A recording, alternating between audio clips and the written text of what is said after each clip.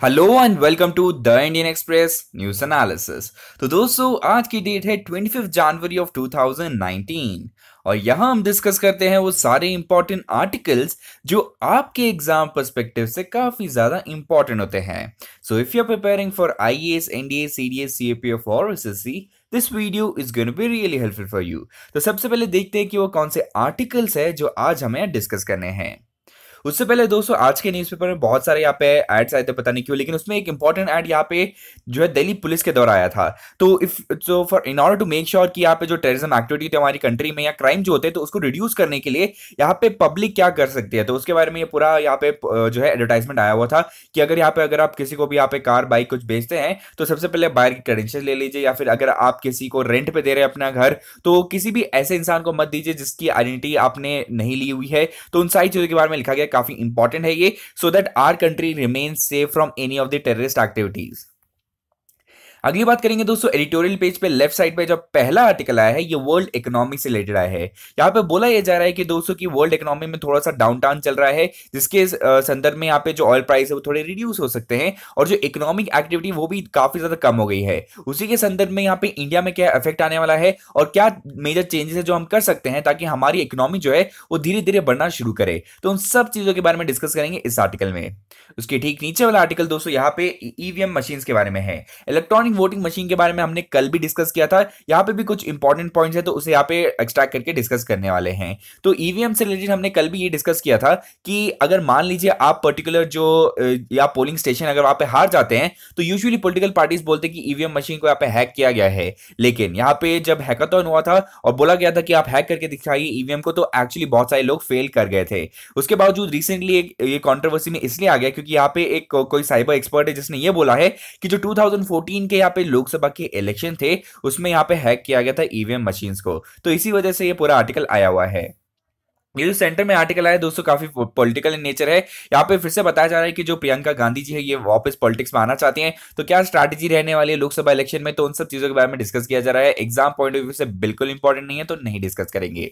नीचे वाला आर्टिकल दोस्तों काफी इंपॉर्टेंट इसलिए है, जैसे कि आप जानते हैं नवंबर दिसंबर के महीने में हमने बहुत सारे आर्टिकल डिस्कस किए एयर पोल्यूशन से रिलेटेड, तो उसी के संदर्भ में यह बताया जा रहा है कि जो एयर पोल्यूशन हमारी सिटीज में हम देखते हैं तो उसका कहीं ना कहीं एक मेजर रीजन होता है कि हाउस होल्ड मतलब अपने घरों में हम कौन सा यहाँ पे जो फ्यूल जलाते हैं तो उसका भी एक बहुत ज्यादा यहाँ पे इंपॉर्टेंस होता है। तो यहाँ पे समझेंगे जो हाउस होल्ड एयर पोल्यूशन है वो कैसे अफेक्ट करता है हमारे ओवरऑल जो हमारी सिटी में जो यहाँ पे एयर पोल्यूशन रहता है, तो उन सब चीजों के बारे में यहाँ पे अच्छे से डिस्कस करने वाले हैं।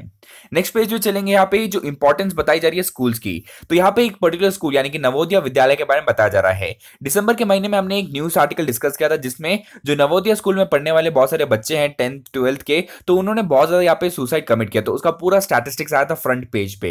तो उसी के बारे में यहाँ पे बताया जा रहा है कि क्यों स्कूल्स में यहाँ पे जो एफिशिएंसी की बात होती है वो इतनी ज्यादा रिड्यूस क्यों हो रही है स्पेसिफिकली टू नवोदय विद्यालय। इसमें बहुत सारे फर्दर पॉइंट्स है जो आप यूज कर सकते हैं एजुकेशन से रिलेटेड अगर आपको कोई भी आर्टिकल लिखना हो तो। उसके बाद राइट साइड में जो आर्टिकल है दोस्तों इसमें बेसिकली मनमोहन सिंह के यहाँ पे जो स्पीचेस है उनको यहाँ पे रिलीज किया गया था ऑक्सफोर्ड के द्वारा। उसके बाद यहाँ पे जो एक्सीडेंटल जो मूवी पीएम है उस मूवी के बारे में बताया जा रहा था। फिर धीरे धीरे ये जो पूरा आर्टिकल है मूव किया, जो ब्राइबरी दी जाती है आप ब्यूरोक्रेट्स को देते हैं, तो उन सब चीजों के बारे में बताया जा रहा था। वैसे इस पूरे आर्टिकल में कुछ भी इंपॉर्टेंट है नहीं तो ये वाला आर्टिकल डिस्कस नहीं करेंगे। तो जैसे कि आप जानते हैं दोस्तों यहाँ पे हर वीडियो में हम यहाँ पे एक पर्टिकुलर कंट्री को डिस्कस करते हैं अल्फाबेटिकल ऑर्डर में। तो आज की कंट्री है यहाँ पे एंटीगुआ एंड बारबुडा। तो ये बेसिकली एक कैरेबियन कंट्री है। अगर आप यहाँ पे लोकेशन देखेंगे इसकी तो यहाँ आपको वो मिलेगा, उसकी जो कैपिटल है ये आपको सेंट जॉन सडोना मिलेगी। और यहाँ पे आपको एक और चीज समझनी है कि ये जो पूरा कंट्री है ये बेसिकली यूएस के आसपास आपको नजर आएगा, क्योंकि कैरेबियन मैंने आपको बताया जिसके आप जानते हैं ये है यूएस, और यहाँ पे आपको मिलेगा एंटीगुआ और बारबुडा। अब आपको पता होगा दोस्तों की यूरोपियन कॉन्टिनेंट यहाँ पे ठीक इधर, तो कम से कम अगर आप बात करेंगे कि अगर आपको या एंटीगुआ बरबुडा से अगर यूरोप जाना है तो बहुत टाइम लगने वाला है। लेकिन अगर टेक्निकली स्पीकिंग यहाँ पे उसके आसपास जितने भी आपको छोटे छोटे आइलैंड दिख रहे हैं उसमें बहुत सारे जो है ब्रिटिश के और फ्रेंच के ओवरसी टेरिटरीज है। तो अगर आपको मान लीजिए आपको उनके टेरिटरी में जाना हो तो आपको लेस देन 3 आवर्स लगने वाले हैं। अगला दोस्तों आपके सवाल है कि बताइए यूनियन कैबिनेट ने रिसेंटली अप्रूव किया memorandum of understanding for recruitment of domestic workers, और ये हुआ था 23 जनवरी को। बताइए कौन सी कंट्री के साथ हमने ये एमओयू साइन किया है। यहाँ पे आपके पास 4 ऑप्शंस है, United states of America, Saudi Arabia, Kuwait और यूनाइटेड किंगडम। तो इसका आंसर है दोस्तों कुवैत। और कुवैत की लोकेशन आप यहाँ पे मैप पे देख सकते हैं। कुवैत की कैपिटल बेसिकली कुवैत ही है, कुवैत सिटी कहते हैं। उसके बाद यहाँ पे अगर आप उसकी लोकेशन देखेंगे तो ये ऊपर यहाँ पे इराक को टच करता हुआ नजर आएगा और नीचे सऊदी अरेबिया को।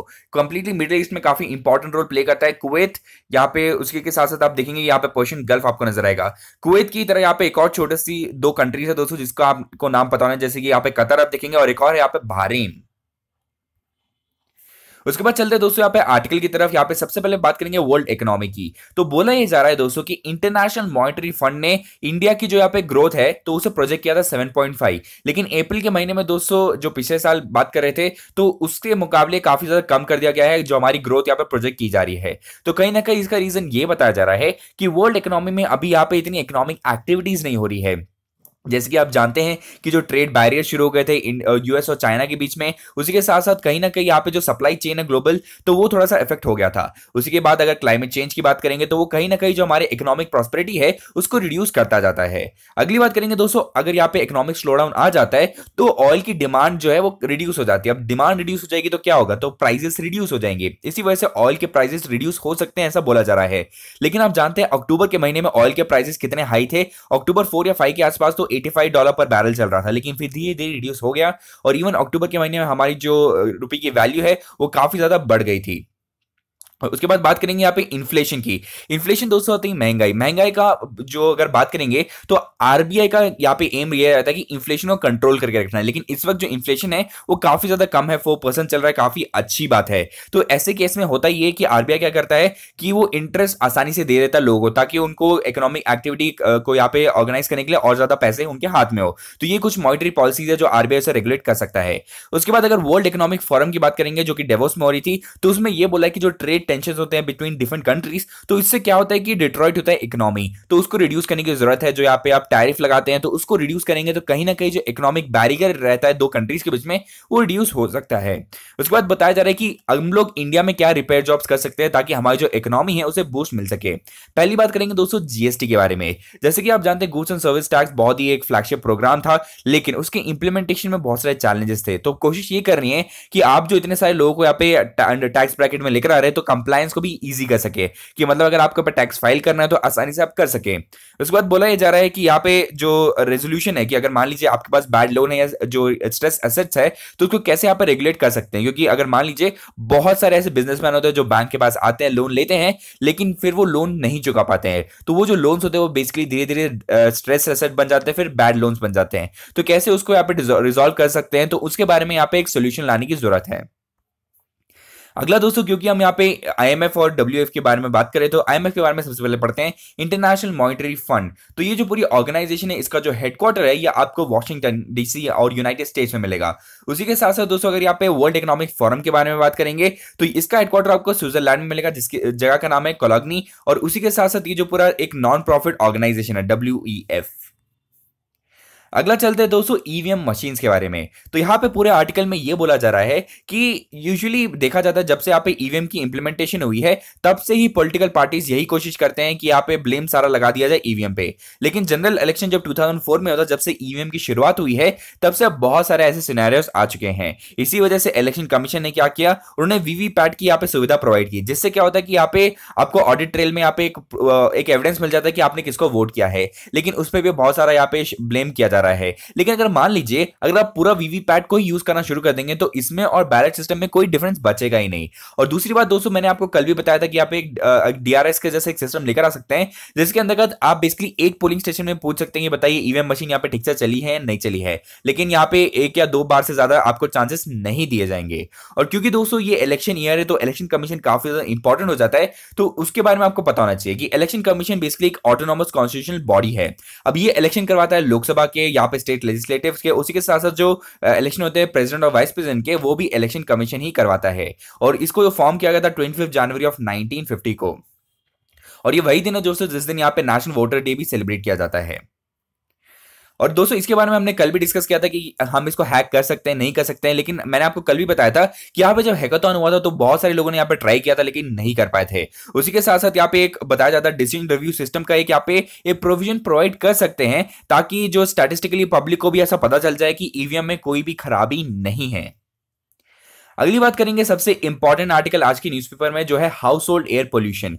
क्योंकि हमने यहाँ पे नवंबर और दिसंबर के महीने में बहुत सारे एयर पोल्यूशन पे आर्टिकल डिस्कस किए हैं, तो उसको एक बार रिवाइज कर लेते हैं कि हमारे जो मेजर सिटीज हैं वहां पे बहुत सारे जो है एयर पोल्यूशन के रीजन होते हैं, जैसे कि व्हीकल पोल्यूशन हो सकता है, जो स्टबल बर्निंग होती है वो एक इश्यू हो सकता है, जो रोड पे डस्ट है। तो कहीं ना कहीं इतने सारे रीजन हो सकते हैं। उसी के साथ साथ यहाँ पे बहुत सारे आर्टिकल ऐसे भी आए थे कि अरावली रेंज में जो यहाँ पे डिट्रॉइटेशन हो रही है वो भी एक प्रोमिनेंट रोल प्ले कर सकता है। उसके बाद अगर रेजोल्यूशन की बात करेंगे तो हम चाइना का मॉडल यूज कर सकते हैं, जहां पे बेसिकली एक एनवायरमेंटल इंजीनियर होता है जो कि बेसिकली पूरा रोल प्ले करता है कि किसी पर्टिकुलर जो एरिया में कैसे पोल्यूशन को रिड्यूस कर सकते हैं। तो ऐसा ही सेम मॉडल हम इंडिया में लेकर आ सकते हैं। ये जो एनवायरमेंटल इंजीनियर या मैनेजर का जो पूरा यहाँ पे प्रोफाइल होता है वो इसीलिए होता है ताकि अकाउंटेबिलिटी एक हाथ में आ सके। अब चलते हैं आर्टिकल में डिस्कस क्या किया जा रहा है। तो यहाँ पे बात कर रहे हैं एम्बियंट एयर पोल्यूशन की, कि आप जहां पे रहते हैं वहां पे एयर पोल्यूशन कितना है। अब इसको कंट्रोल करने के लिए दोस्तों आपको समझना होगा कि इसमें सबसे ज्यादा कॉन्ट्रीब्यूशन होता है कि जो फायरवुड और जो यहाँ पे डंग केक्स होते हैं उसको जलाया जाता है। आप इमेज में देख सकते हैं, तो इन डंग केक्स को जलाया जाता है। इससे क्या होता है, जो पोल्यूशन क्रिएट होता है, बोला जा रहा है कि ये जो है 29% यहाँ पे कंट्रीब्यूट करता है। इवन जो मिनिस्ट्री ऑफ यहाँ पे जो हेल्थ और फैमिली वेलफेयर है उन्होंने भी यहाँ पे स्टैटिस्टिक्स में यही बताया है कि काफी ज्यादा रोल प्ले करता है ये हाउस होल्ड एयर पोल्यूशन। तो इसे रिड्यूस करने के लिए यहाँ पे जो उज्ज्वला स्कीम को लेकर आए गए थे, जिसके अंतर्गत एलपीजी के कनेक्शन दिए गए थे ऐसे विलेजेस में। तो कहीं ना कहीं आपको समझना ये है कि अगर आप ऐसी स्कीम्स लेकर भी आ जाते हैं तो कोशिश यही करनी है कि जो बिहेवियरल चेंज है, ताकि लोग शिफ्ट कर सके यहाँ पे जो काऊ डंग और जो सॉलिड फाइववुड है उसे जो यहाँ पे जला रहे हैं उसे शिफ्ट करने की जरूरत है। और यहाँ पे दोस्तों अगर एयर पोल्यूशन की बात करेंगे, सबसे बड़ी प्रॉब्लम जो आप यहाँ पे देखते हैं वो है डिसीज जो इससे कॉज होती है। तो उसको कैसे रिड्यूस करना है उस पर भी यहाँ पे चर्चा होती है। लेकिन अभी आप जानते हैं कि यूजुअली जितना भी यहाँ पे इंडस्ट्री से जितना वेस्ट आता है उसे भी हमें यहाँ पे समझने की जरूरत है। अगला आर्टिकल दोस्तों हम बात करेंगे यहाँ पे नवोदय विद्यालय के बारे में। तो ये जो पूरे विद्यालय है लॉन्च किया गया था 1980s के टाइम में, और इसके जो फाउंडर थे वो है राजीव गांधी जी। तो उनका एम दोस्तों यही है कि यहाँ पे हमारी कंट्री में एक रेजिडेंशियल स्कूल प्रोग्राम की शुरुआत करनी है। इसके अंतर्गत जितने भी रूरल यहाँ पे विलेजेस से जितने भी स्टूडेंट्स आते हैं उनको यहाँ पे 80% यहाँ पे एडमिशन दे दिया जाता है। लेकिन दिसंबर के महीने में हमने यहाँ पे एक न्यूज आर्टिकल देखा था फ्रंट पेज में ही, जहाँ पे बहुत सारे सुसाइड केसेस नजर आ रहे थे नवोदय विद्यालय में। उसके बारे में हम यहाँ पे पूरे आर्टिकल में डिस्कस करेंगे कि यहाँ पे दोस्तों जब अगर अब इस पूरे इंस्टीट्यूट की हिस्ट्री में जाएंगे तो सबसे पहले जब इसकी शुरुआत हुई थी ज्यादा लोगों को यहाँ पे एडमिशन नहीं मिल पा रहा था। तो यहाँ पे बेसिकली एक कट ऑफ रखा गया था जिसके अंतर्गत आपको यहाँ पे एग्जाम पास करना है। उसके बाद आसपास बहुत सारे कोचिंग इंस्टीट्यूट शुरू हो गए जिन्होंने यहाँ पे बोला कि अगर आप यहाँ से कोचिंग लेंगे तो आपका एनरोलमेंट आसानी से हो सकता है नवोदय इंस्टीट्यूशन में। उसके बाद धीरे धीरे हुआ ये कि यहाँ पे क्वेश्चन उठाया गया कि किस पे ज्यादा कॉन्सेंट्रेट किया गया, चिल्ड्रन की एजुकेशन पे या फिर उनको प्रिपेयर किया जाए for premier education centres like IIT, या फिर मान लीजिए यहाँ पे अगर आप किसी भी इंस्टीट्यूशन में बिट्स पिलानी में काम पढ़ना चाहते हैं तो उसके लिए प्रिपेयर करना है। तो ये दो सवाल थे इस इंस्टीट्यूशन के सामने। लेकिन इस इंस्टीट्यूशन ने चुना कि हम सिर्फ चाइल्ड के एजुकेशन पे डेवलपमेंट करेंगे। अगर वो यहाँ पे एम्पावर हो जाता है तो ऑब्वियसली बात है वो ऐसे जो इंपॉर्टेंट एग्जाम्स है जेई के, एआईपीएमटी के, तो ऑब्वियसली वो क्लियर कर सकते हैं। उसके बाद दोस्तों यहाँ पे एक और चीज ये बोली जा रही है कि यहाँ पे वन साइज फिट ऑल वाली बात कर रहे हैं कि मतलब एक ही मॉडल होगा और सारे स्टूडेंट्स भी यहाँ पे यूज कर दिया जाएगा। लेकिन हमें भी पता है कि बहुत से स्टूडेंट्स जो है वो इक्वली अमाउंट पे यहाँ पे नॉलेज गेन नहीं कर पाते हैं, आपको अलग से अटेंशन देने की जरूरत है। इसी वजह से यहाँ पे ये बोला जा रहा है कि हर स्कूल में यहाँ पे एक बंदा ऐसा होना चाहिए जो बेसिकली यहाँ पे जो स्टूडेंट्स उनसे रेगुलर बेसिस पे बात करे, उनको देखे और एनालाइज करे कि कौन सा बच्चा यहाँ पे डिप्रेशन में जा रहा है और यहाँ पे उनको यहाँ पे स्पेशल केयर दी जा सके। और ये कुछ चीजें जो हमें पता होना चाहिए। उसके बाद दोस्तों जब यहाँ पे बोला जा रहा था कि यहाँ पे जो सीनियर सेकेंडरी में जितने बच्चे हैं उनको स्पेशल कोचिंग दी जाए ताकि ये लोग आईआईटीज या फिर नीट का एग्जाम क्रैक कर सके, तो उसके लिए भी यहाँ पे मनाही कर दी गई थी। लेकिन यहाँ पे एक एनजीओ आया था, एनजीओ का नाम है दोस्तों दक्षिणा। तो इसके अंतर्गत यहाँ पे जितने भी यहाँ पे ब्राइट स्टूडेंट्स उनको यहाँ पे सेलेक्ट किया गया था, हैंड पिक कर गया था। उसके बाद उन्हें यहाँ पे स्पेशल ट्रेनिंग दी गई थी। तो कहीं ना कहीं आपको समझ में आ गया होगा कि यहाँ पे जो इंपॉर्टेंस है इस पर्टिकुलर इंस्टीट्यूशन की वो धीरे धीरे बढ़ती गई। लेकिन यहाँ पे जो टेंशन यहाँ पे स्टूडेंट्स को मिल रहा था तो उसको वो कोप अप नहीं कर पाए, इसी वजह से यहाँ पे सुसाइड जो हो रहे थे वो काफी ज्यादा हो गए थे। लेकिन अभी हमें ये सोचना है कि यहाँ पे फंडिंग की कोई कमी नहीं है, सेंट्रल गवर्नमेंट बहुत ज्यादा फंडिंग देता है। लेकिन प्रॉब्लम यहाँ पे ब्यूरोक्रेटिक लेवल पे है। अगर आपका जो ब्यूरोक्रेट जो वहाँ पे नवोदय स्कूल को यहाँ पे रेगुलेट करता है, अगर उसको पता है ऐसी प्रॉब्लम है तो उसको सॉल्व करने के लिए वो क्या कर रहा है, क्या स्टेप्स लेने चाहिए, तो उसके बारे में यहाँ पे सोचने की बात बताई जा रही है। अगला सवाल दोस्तों आपके लिए ये है कि बताइए जो national bench for goods and services tax appellate tribunal, जिसके बारे में हमने कल डिस्कस किया था इकोनॉमी पेज में, तो उससे रिलेटेड यहाँ पे क्वेश्चन ये है कि बताइए इस पर्टिकुलर जो ट्रिब्यूनल है उसे कौन प्रिसाइड करने वाला है। तो बेसिकली आपके पास चार ऑप्शन है, union finance minister, prime minister of India, president of India या रिजर्व बैंक ऑफ गवर्नर। तो यहाँ पे दोस्तों इसका आंसर है प्रेसिडेंट ऑफ इंडिया। अगला दोस्तों पेज 1 पे जो पूरा आर्टिकल आया, ये बेसिकली एक कंट्रोवर्सी चल रही थी बिटवीन दी जो यहाँ पे चंदा कोचर है और उनके हस्बैंड के बीच में। जो उनके जो हस्बैंड है, यहाँ पे बोला जा रहा है कि यहाँ पे चंदा कोचर यहाँ पे सीईओ थी एक पर्टिकुलर बैंक की, तो उनके बैंक ने यहाँ पे आईसीआईसीआई बैंक ने यहाँ पे अच्छे से स्पॉन्सर किया था इनके हस्बैंड की कंपनी को, वीडियोकॉन को। तो कहीं ना कहीं यहाँ पे बोला जा रहा है कि इन्होंने अपने जो पावर को मिसयूज करके यहाँ पे फंड प्रोवाइड किया अपने हस्बैंड की कंपनी को। तो इसी वजह से ये पूरा जो केस है अभी सीबीआई के पास चला गया है। इससे पूरा वीडियोकॉन का जो पूरा स्कैम है, तो इसके बारे में बताया जा रहा है। अगला आर्टिकल दोस्तों बेसिकली एनआरसी से रिलेटेड है। यहां पे बोला जा रहा है कि जो एनआरसी की जो फाइनल लिस्ट है, इसे इसकी जो कट ऑफ डेट है 31 जुलाई रख दी गई। इसके बाद आप फाइनल एनआरसी को रिलीज नहीं कर पाएंगे। तो ये जो कट ऑफ डेट इसलिए रखी गई है ताकि जो पूरा एनआरसी का जो इश्यू है इसे ज्यादा एक्सटेंड ना कर सके। और जैसे कि आप प्रेजेंट स्टैंड देख सकते हैं दोस्तों, ऑलमोस्ट 40 लाख लोगों को फाइनल ड्राफ्ट में नहीं रखा गया है, लेकिन ये जो है ये फाइनल लिस्ट है, ड्राफ्ट नहीं है। उसी के साथ अगर एक्सप्लेन पेज पे जाएंगे, यहाँ पे एक इंपॉर्टेंट आर्टिकल आया हुआ है। This is about reservation in the teaching profession. जैसे कि आप जानते हैं हमारी कंट्रीज में बहुत सारी यूनिवर्सिटीज है। अब उसमें दोस्तों रिजर्वेशन होती है टीचर्स के लिए कि मतलब अगर आप SC ST या फिर OBC में बिलोंग करते हैं तो आपके लिए कुछ लिमिटेड नंबर ऑफ सीट्स यहाँ पे रिजर्व होती है। अब यहाँ पे दो मॉडल का इस्तेमाल किया जाता है। अगर अब ओल्ड मॉडल के बारे में बात करेंगे तो यहाँ पे यूनिवर्सिटी को एज ए यूनिट माना जाता है कि मतलब अगर मान लीजिए बोलते हैं कि 27% यहाँ पे जो है रिजर्वेशन SC ST को देनी है, तो पूरी यूनिवर्सिटी में 27% यहाँ पे देनी है, ठीक है। लेकिन अगर जो नया मॉडल यहाँ पे ये बोला जा रहा है कि यहाँ पे आप डिपार्टमेंट को एज ए यूनिट यूज कीजिए। मतलब अगर मान लीजिए आप इंजीनियरिंग कॉलेज की बात करें, मैकेनिकल डिपार्टमेंट है, तो उस डिपार्टमेंट में भी यहाँ पे 27% आपको SC ST का रिजर्वेशन देना है। तो कहीं ना कहीं प्रॉब्लम ये होगा कि अगर मान लीजिए कोई ऐसा डिपार्टमेंट है जैसे कि अगर मान लीजिए मैकाट्रॉनिक्स है, लेकिन उस डिपार्टमेंट में सिर्फ एक ही टीचर है, तो वहां पे आप रिजर्वेशन कैसे अप्लाई करेंगे? तो इसी वजह से कुछ फंडामेंटल प्रॉब्लम थे इस नए मॉडल में, जो नया फॉर्मूला यहाँ पे यूज किया गया है। लेकिन सुप्रीम कोर्ट ने बोला है कि यहाँ पे जो न्यू मॉडल है कि यहाँ पे आप डिपार्टमेंट को एज ए यूनिट यूज करेंगे, तो उसे यहाँ पे उन्होंने मान्यता दे दी गई है। तो उसके बारे में ये पूरा आर्टिकल आया हुआ है। अगला दोस्तों एक्सप्लेन पेज पे यहाँ पे एक और यहाँ पे स्टैटिस्टिक्स ये दिया गया है कि जैसे जैसे ये जो चाइल्ड रेप के अगेंस्ट यहाँ पे जो स्ट्रिक्टर लॉस हम लेकर आ रहे हैं, कहीं ना कहीं जो डेथ सेंटेंसेस है वो काफी ज्यादा हाई हो गए हैं। लेकिन आपको यहाँ पे एक चीज यहाँ पे ये समझनी है कि जब हम यहाँ पे डेथ सेंटेंस यहाँ पे रिगरस जो इंप्रिजनमेंट देते हैं, उसका मेन एम ये होता है कि डिटरेंस क्रिएट करना है ताकि ज्यादा ज्यादा जो क्रिमिनल्स है वो ऐसे एक्ट को ना कर पाए। लेकिन आप देख रहे हैं कि इवन यूके में जब यहाँ पे डेथ पेनल्टी को हटा दिया गया था, उसके बावजूद आप यहाँ पे समझ सकते हैं कि ये जो क्राइम रेट्स है वो रिड्यूस नहीं हुए थे। तो आपको ये समझना है कि कहीं ना कहीं डिटरेंस क्रिएट करने के लिए हमें नए नए टेक्निक्स की यहाँ पे इजाद करने की जरूरत है। अगला सवाल दोस्तों आपके लिए ये बताइए कि जो largest ever coastal defence exercise जो कंडक्ट की गई थी इंडियन नेवी के द्वारा इंडियन कोस्ट पे, तो उसका नाम क्या है? और कोशिश इस पूरे एक्सरसाइज की ये थी कि जो टेरर अटैक हुआ था मुंबई में उसको अवॉइड करने के लिए, आगे फ्यूचर में भी ना हो, इसीलिए ये एक्सरसाइज की गई थी। तो उस एक्सरसाइज का नाम बताइए। यहाँ पे आपका 4 ऑप्शन है: safety drill, C vigil, coast vigil और नेवी ड्रिल। तो इस क्वेश्चन का आंसर है दोस्तों सी विजिल। अगला दोस्तों पेज 14 पे यहाँ पे वर्ल्ड न्यूज से आर्टिकल जो है वो वेनेजुएला के बारे में आया हुआ है। तो ये आर्टिकल हमने कल भी डिस्कस किया था। इनके जो प्रेसिडेंट है मदुरो, तो उनके खिलाफ यहाँ पे बहुत ज्यादा प्रोटेस्ट शुरू हो गए हैं। तो यहाँ पे जो ऑपोजिशन में यहाँ पे जो शख्स है, इनका नाम है जुआन गुआइडो। तो इन्होंने यहाँ पे बहुत ज्यादा प्रोटेस्ट शुरू कर दिए गए। इनके पास बैकिंग है US और कनाडा की भी। तो वेनेजुएला में प्रॉब्लम ये हुई थी दोस्तों कि इनकी जो पूरी कंट्री है ये डिपेंड करती है ऑयल जो है एक्सट्रैक्शन पे। इसी वजह से बहुत सारे जो यहाँ पे लोग हैं ये एम्प्लॉय होते थे इन पर्टिकुलर PSUs में जहाँ पे ऑयल प्रोडक्शन होती थी। लेकिन धीरे धीरे जो ऑयल के प्राइस रिड्यूस होने लगे और इनकी जो ऑयल एक्सप्लोरेशन के लिए जो पैसे लगते थे तो वो भी काफी ज्यादा बढ़ गए थे। इसी वजह से प्रॉब्लम, अब यहाँ पे क्राइसिस आ गया था एम्प्लॉयमेंट में। इसी वजह से प्रोटेस्ट शुरू हो गए। इसी वजह से अब यहाँ पे जब इलेक्शन होने वाले हैं तो यहाँ पे बोला जा रहा है कि जो मदुरो है, जो प्रेसिडेंट है, उन्हें यहाँ पे रिजाइन करना होगा। उसी के साथ वेनेजुएला की आप कैपिटल देख सकते हैं, यहाँ पे कैराकस है। उसी के साथ एडजेसेंट कंट्रीज देखिए, यहाँ पे कोलंबिया है, यहाँ पे राइट साइड पे गुआना है और नीचे ब्राजील है।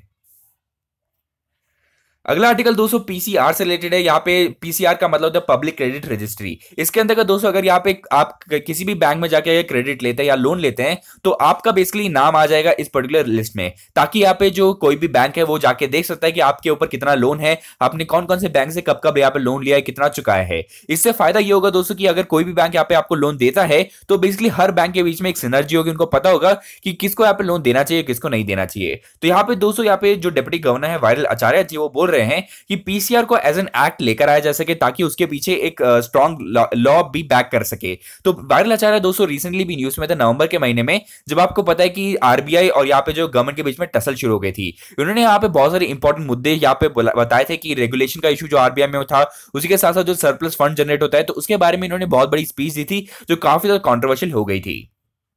अगला सवाल दोस्तों आपके लिए ये कि बताइए 122nd birth anniversary of great freedom fighter जो हमारे सुभाष चंद्र बोस जी है, तो वो कब सेलिब्रेट किया जाता है इंडिया में? तो बेसिकली यहाँ पे आपका 4 ऑप्शन है, जनवरी 21st, 24th, 23rd और 22nd। तो इसका आंसर है दोस्तों जनवरी 23rd।